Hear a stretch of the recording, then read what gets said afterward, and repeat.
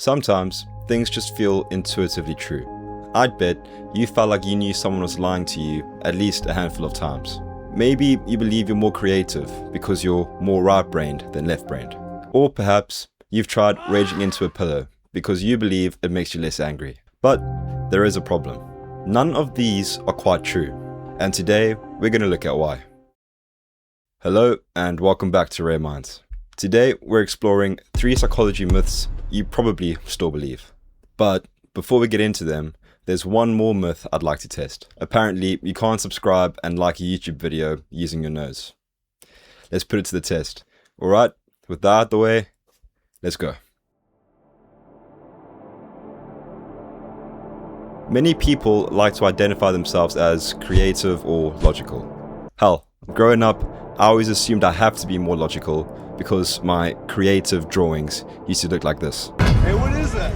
But what if I told you both sides of your brain are equally responsible for making you who you are? Now, the 2 sides of your brain do have different specialties. For example, language tends to be more strongly associated to the left hemisphere, while some aspects of attention and spatial processing are more strongly associated with the right.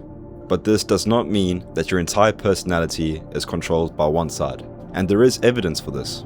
Researchers analyzed resting state brain scans from 1,100 people. They looked at thousands of different brain regions and connections to see whether some individuals consistently showed stronger activity across the entire left or right side of the brain. Their results completely undermined the left or right-sided brain idea.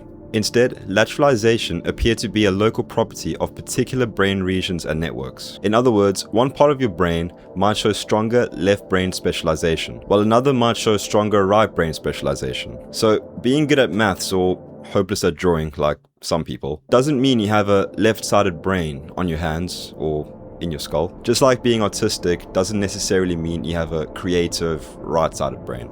You are more complicated than that. So take this away. Your brain's 2 sides may have different specialties, but they are constantly working together to produce the person that you are. Therefore, you are not simply a left-brained or right-brained person, unless you are running on half power. Have you ever noticed someone acting a bit sketchy when they're telling you something? Perhaps they failed to meet your gaze, fumbled with something in their hands, or seemed a bit too enthusiastic about your drawing. Thank you, Mum. This honestly does feel like you're being lied to. But in reality, there is more to the story.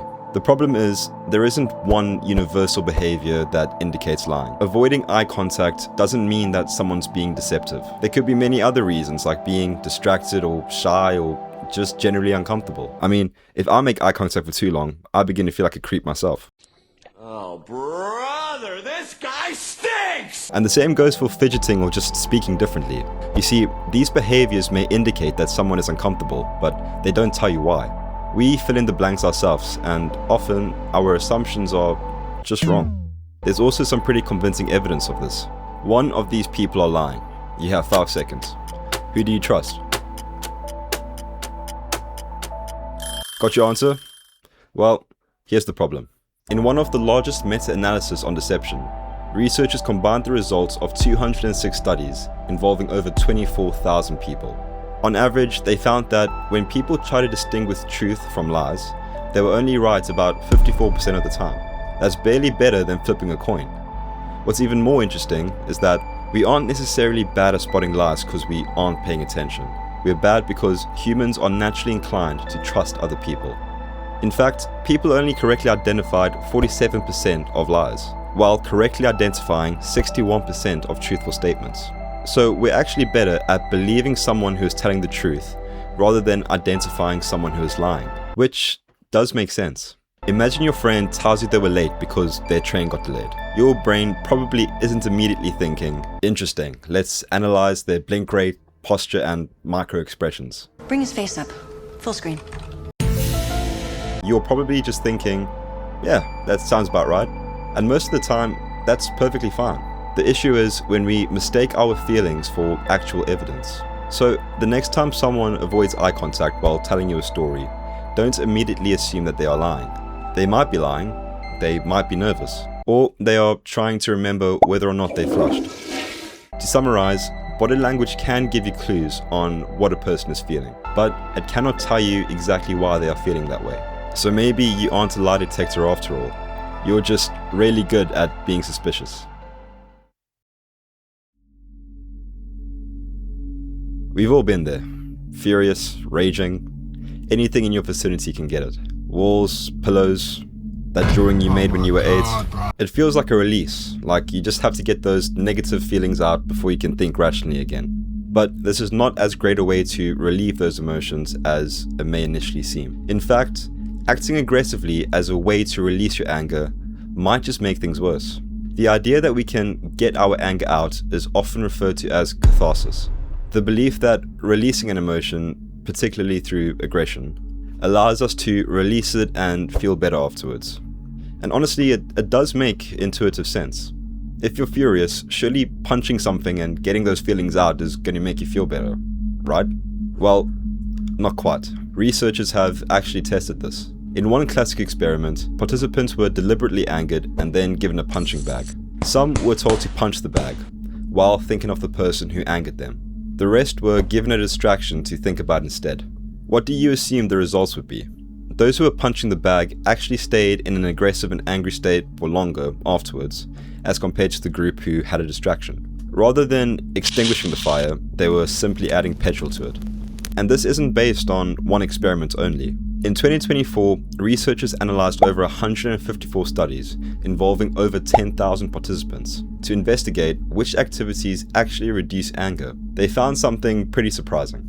Activities that lowered psychological arousal, like yoga, mindfulness, deep breathing, were effective at reducing anger. But activities designed to increase arousal, like running or hitting a punching bag, weren't effective overall. In other words, when you're already fired up, the solution isn't necessarily to get even more fired up, it's to turn down the heat.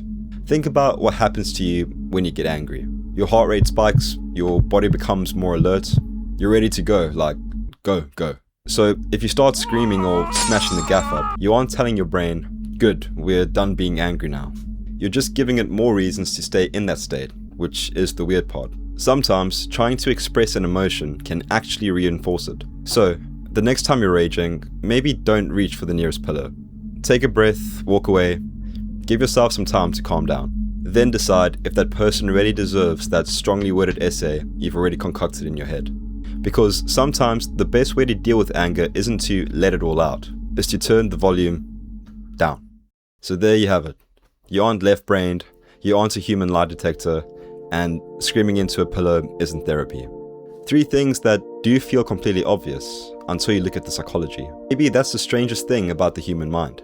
Sometimes our intuition feels certain, precisely when we should question it. If you want to keep exploring the strange and wonderful ways in which our minds work, subscribe, hit the like button, and stay tuned for more videos. See you next time.